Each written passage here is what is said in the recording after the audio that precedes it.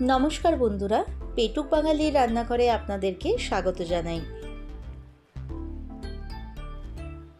एकघेয়েমি ডিমের রেসিপি না খেয়ে একবার এইভাবে বানিয়ে দেখুন। এই আফগানি ডিম কষা রেসিপিটি খুবই অল্প সময়ে তৈরি হয়ে যায়। চলুন দেখে নিই। আমি এখানে 4টে সেদ্ধ ডিম নিয়ে নিয়েছি। ডিমগুলো একটা ছুরির সাহায্যে একটু কেটে দেব যাতে মশলাগুলো একটু ভেতরে ঢুকে যায়। আমার এই চ্যানেলটিতে নতুন বন্ধু হয়ে থাকলে সাবস্ক্রাইব করে পাশে থাকা বেল আইকনটি অবশ্যই প্রেস করে দেবেন যাতে সবার আগে নোটিফিকেশনগুলো আপনার কাছে পৌঁছে যায়। এবার ডিমের মধ্যে নুন এবং হলুদ ভালো করে মাখিয়ে নেব। আজকের রেসিপি কিন্তু ভীষণই সুন্দর হতে চলেছে, তাই স্কিপ না করে প্রথম থেকে শেষ পর্যন্ত দেখার অনুরোধ রইল। এই আফগানি ডিম কষা বানাতে আমাদের যেই ইনগ্রিডিয়েন্টসগুলো প্রয়োজন সেটা হলো পেঁয়াজ, কাঁচা লঙ্কা, কাজু বাদাম, রসুন এবং আদা। এই সমস্ত উপকরণ আমি আজকে মিক্সিতে খুব ভালো করে পেস্ট করে নিচ্ছি।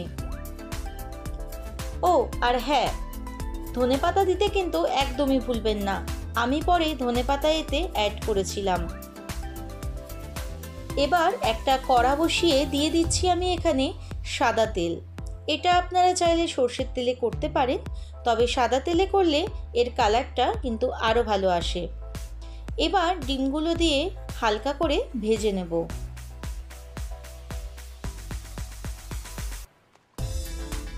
ডিমগুলো ভাজা হয়ে গেছে। এবার ওই তেলে দিয়ে দেব কিছু গোটা মশলা, যেমন সাজিরে, সামরিচ, গোটা গরম মশলা। সাজিরে আর সামরিচ যদি না থাকে সেক্ষেত্রে আপনারা শুধু গোটা গরম মশলা ব্যবহার করলে এনাফ।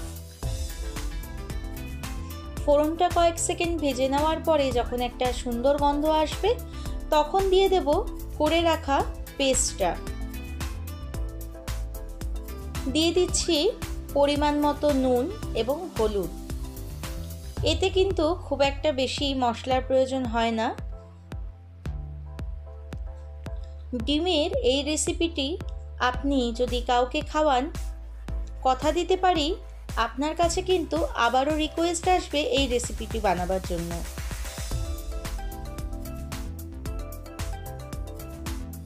কষাতে কষাতে তেল ছেড়ে আসলে এখানে আমরা আরেকটা পেস্ট ব্যবহার করব, সেটা হচ্ছে দই এবং ফ্রেশ ক্রিম দুটোকে একসাথে খুব ভালো করে ফেটিয়ে নিয়ে দিয়ে দেব এই মশলাতে।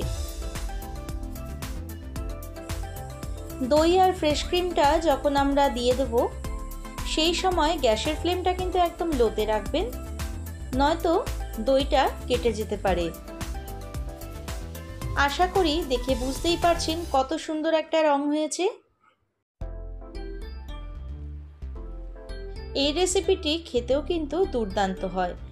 এবার আমরা দিয়ে দেব উপর থেকে ভেজে রাখা ডিমটা। ডিমের সাথে মশলাটা ভালো করে মাখিয়ে নিলেই তৈরি হয়ে গেল আমাদের আফগানি ডিম কারি রেসিপি।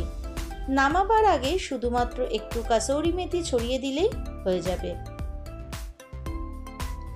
তাহলে আজকের রেসিপি ভালো লাগলে একটি লাইক, কমেন্ট ও বন্ধুদের সাথে শেয়ার করতে ভুলবেন না। আপনার একটি লাইক আমাকে অনেকটা ইন্সপায়ার করে নিত্য নতুন রেসিপিগুলো তুলে ধরার জন্য।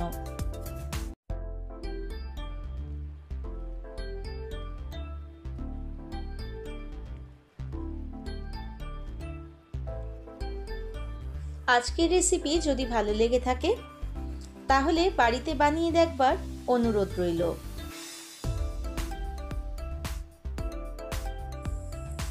আর কে কোথা থেকে আমার ভিডিও দেখছেন কমেন্টে জানতে পারলে ভীষণই ভালো লাগবে। এই রেসিপিটি যে কোনো রুটি, নান অথবা পরোটার সাথে কিন্তু দুর্দান্ত লাগে। তাহলে বন্ধুরা, আজকের ভিডিও এই পর্যন্তই। দেখা হবে অন্য কোনো এক নতুন রেসিপির সাথে। ভালো থাকবেন, সুস্থ থাকবেন।